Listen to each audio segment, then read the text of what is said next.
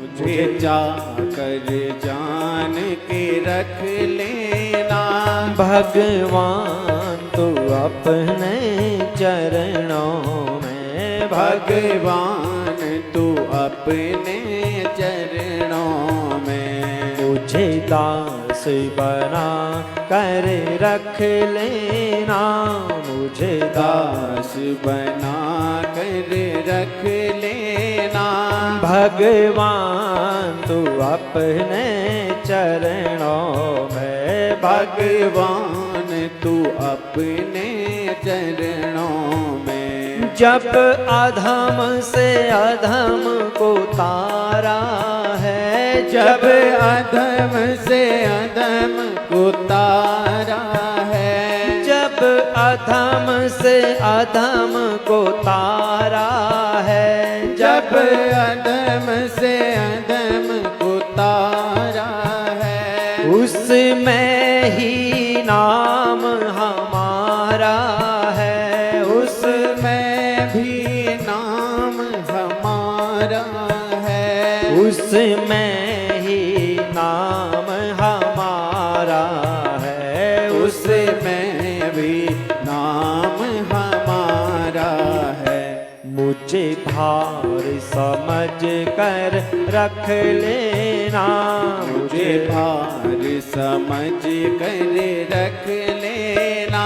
भगवान तो अपने चरणों में, भगवान तू अपने चरणों में। भगवान तो अपने चरणों में। भगवान तू अपने चरणों में। भगवान तो अपने चरणों में। भगवान तू अपने चरणों में। भगवान तू अपने चरणों में। भगवान तू अपने चरणों में। भगवान तू अपने चरणों में। भगवान तू अपने चरणों में। बोलो शंकर भगवान की जय। तो इस प्रकार भगवान से केवल यही मांगो कि हे प्रभु हमें आपके चरणों का दास बनना है। तो ये कथाएं बहुत ही पुण्यमयी हैं, बहुत ही दिव्य हैं, क्योंकि समय को देखते हुए समय भी आगे बढ़ रहा है और सच में आप लोग धन्य हैं।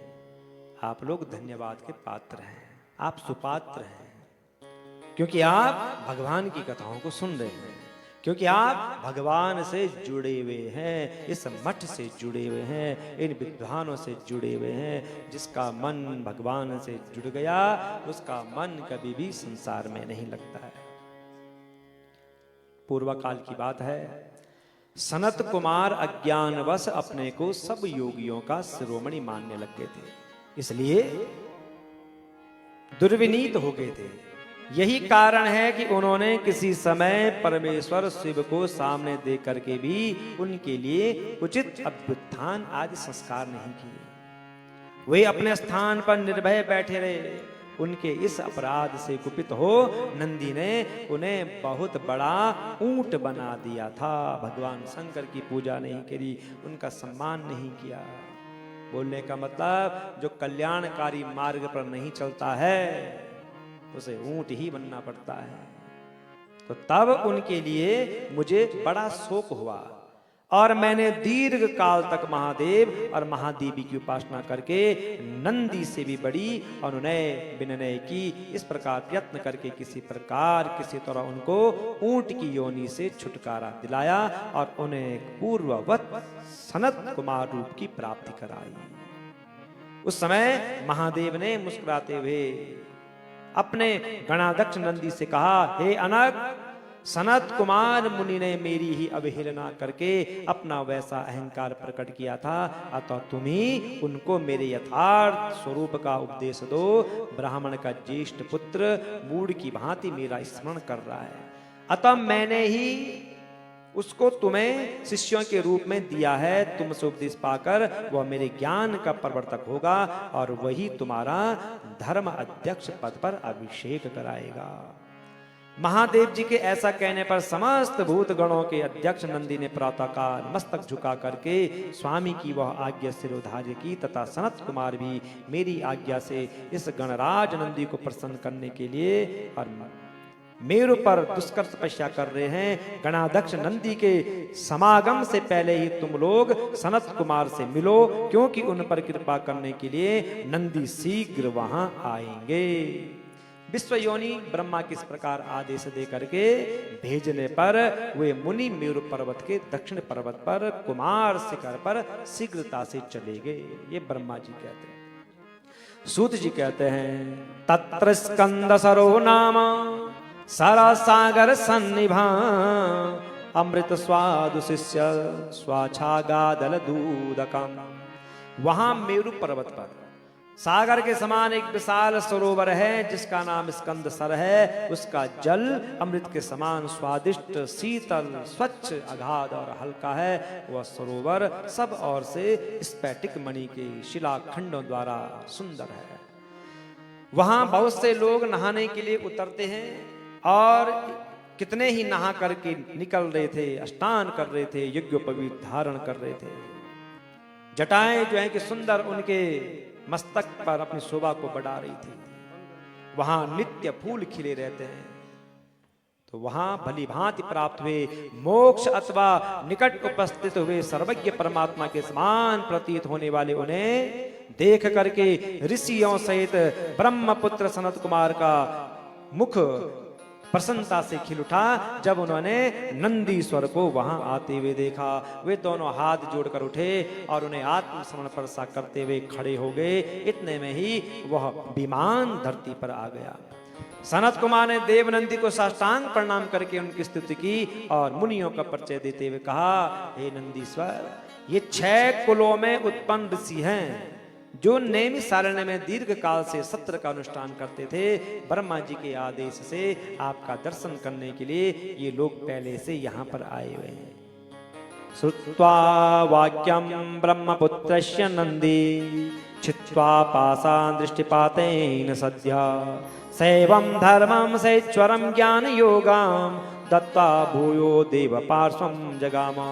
ब्रह्मपुत्र सनत कुमार का यह वचन सुनकर के नंदी ने दृष्टिपात मात्र से उन सबके पापों को तत्काल काट डाला और ईश्वरीय शैव धर्म एवं ज्ञान योग का उपदेश दे करके और वे फिर महादेव जी के पास चले गए। सनत कुमारों ने वह समस्त ज्ञान साक्षात मेरे गुरु व्यास जी को दिया और पूजनीय व्यास जी ने मुझे संक्षेप में वह सब कुछ बताया और उस ज्ञान को मैंने संक्षेप में आप लोगों को सुना दिया है। जिस शिष्य की गुरु में भक्ति न हो उसको तथा नास्तिकों को भी इसका उपदेश नहीं देना चाहिए। सूत जी कह रहे हैं ये कथा उनको नहीं सुनानी चाहिए। इस पौराणिक मार्ग के संबंध से आप लोगों ने और मैंने एक दूसरे का उपकार किया है, अतः मैं सफल मनोरथ हो करके जा रहा हूं। आप लोगों का सदा सब प्रकार से मंगल हो। सुफल मनोरथ होहि तुम्हारे, सुफल मनोरथ होए तुम्हारे। राम लखन सोनी भाई सुखारे, राम लखन सोनी भाई सुखारे। सबको कहते हैं कि तुम्हारा मनोरथ सफल हो। सूत जी के आशीर्वाद दे करके चले जाने और नैमि सारण्य के अंतर्गत स्थित प्रयाग तीर्थ में उस महायज्ञ के पूर्ण हो जाने पर वे सदाचारी मुनि विषय कुल सिद्ध कलिकाल के आने से काशी के आसपास निवास करने लगे। तदनंतर पशुपाश से छूटने की इच्छा उन सब ने पूर्णतः पाशुपत व्रत का अनुष्ठान किया और संपूर्ण बोध एवं समाधि पर अधिकार करके वे अनित्य महर्षि परमानंद को प्राप्त हो गए। बोलो शंकर भगवान की। व्यास जी कहते हैं एतस्सिव पुराणम ही समाप्तम हितमादरा, पठितव्यम प्रयत्नेन श्रोतव्यम च तथैव। यह शिव पुराण पूरा होता है। यह शिव पुराण पूरा हुआ। इस हितकर पुराण को बड़े आदर से एवं प्रसन्नता से पढ़ना चाहिए, सुनना चाहिए। एतच्छ्रुत्वा एकवारं भवेत् पापम हि भस्मसात्, अभक्तो भक्तिमाप्नोति भक्तो भक्ति समेधिवा। इसका एक बार श्रवण करने से ही सारा पाप भस्म हो जाता है। भक्तिहीन भक्ति पाता है और भक्त भक्ति की